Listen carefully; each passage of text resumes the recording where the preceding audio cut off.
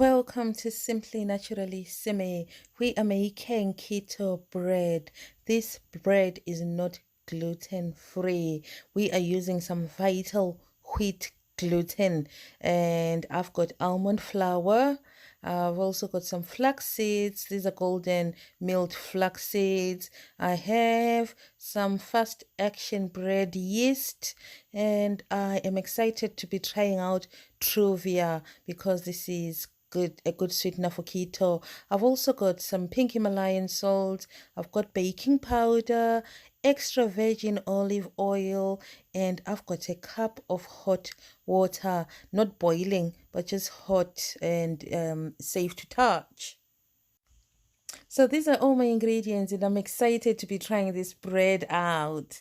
So I've measured out my ingredients, and you're going to need 175 grams of vital wheat gluten. So this stuff resembles a powder, it's like a flour, and I have got 120 grams of almond flour, so that's the fine ground almond flour. Also, I've got 30 grams of the golden milled flax seeds. You're also going to need half a tablespoon of sweetener, so that's the granulated sweetener that you use. You also need a quarter teaspoon of pink Himalayan salt, and this is some fast action yeast, so just 2 teaspoons of the yeast, and also 1.5 teaspoons of baking powder. So those are my ingredients there. I've also got 4 tablespoons of extra virgin olive oil of 40 mils, and I've got about 220 mils of hot water, and by the time I'm using it, it's going to be warm to touch.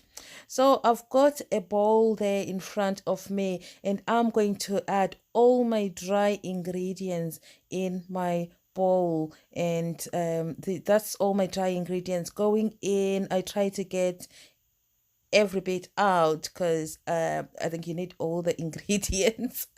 And I go ahead and add my sweetener, salt, yeast, and baking powder to one side of the bowl because I don't want it to mix with the oil and the water yet. So that's my extra virgin olive oil. I added to the opposite side of the yeast, and then I am going to go ahead and add half a cup of the water. So I add about 110 mils of the water. So I then go ahead and use my spatula and mix all that together. Once it is blended in, I'll then assess how much more water I am going to need. So I go ahead and add a little more water because my mixture is a bit dry. I then get rid of my spatula and go in with my hands. I think if you know me by now, if you've been watching my videos, you know that I like to wear gloves if I'm going to be handling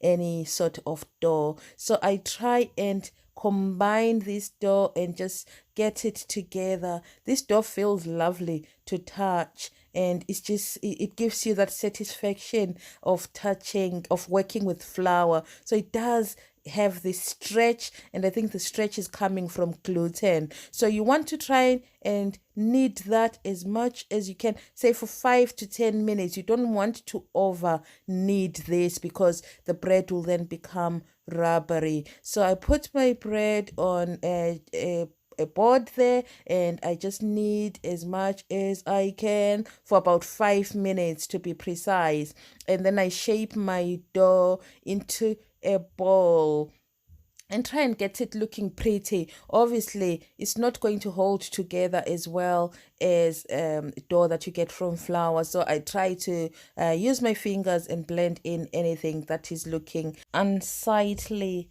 and just make it look pretty. So I grab my bowl and then I put a muslin cloth at the bottom so that my dough doesn't stick to the bottom of my bowl, and then I am going to cover that with a wet cloth and place in a warm part of my kitchen for an hour to proof. So that's my dough. It's risen now, and I have a tray with parchment paper and some olive oil spread on it. So I'm going to try and get this dough out of my bowl and put it on the parchment paper. It looks beautiful. It smells gorgeous as well. It's got a nutty kind of smell already, and I cannot wait to see what this turns out like. So I then add some olive oil. I'm trying to get the last drops of olive oil out of that bottle. Yes, I am cheap like that.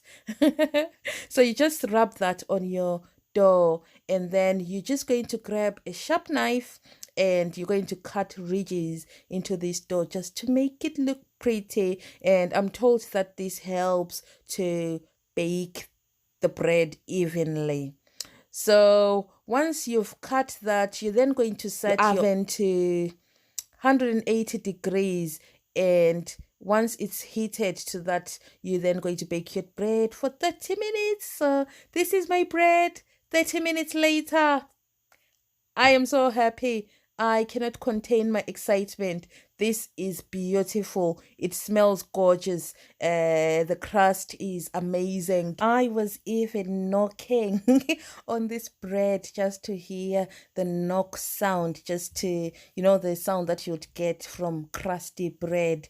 And that is what I was getting back. So I got so excited to cut this bread, slice it, and see what the inside is going to look like. I was a bit nervous, to be honest, but I thought, okay, I'm going to cut a slice on camera and show you what we are dealing with. So I grabbed a knife, and this may annoy those who are OCD, because I'm a bit OCD, but because I was filming, I cut a slanted slice. But hey ho, that's what you get if you're filming, you're looking on the camera, and you're also trying to cut a slice of perfect bread. Look at that. It's squidgy. It's what you'd expect from normal bread. So I just ripped it apart, and I loved to see the resistance that you'd get, and it tastes amazing.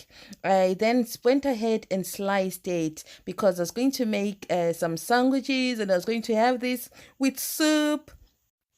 So I had my bread one day with chicken soup, and it was just lovely. It held together very well. And I had one morning, I had butter and jam on toast with a cup of tea, and it was a dream. I also took some sandwiches to work. This bread would really work well on toasties as well. It's amazing.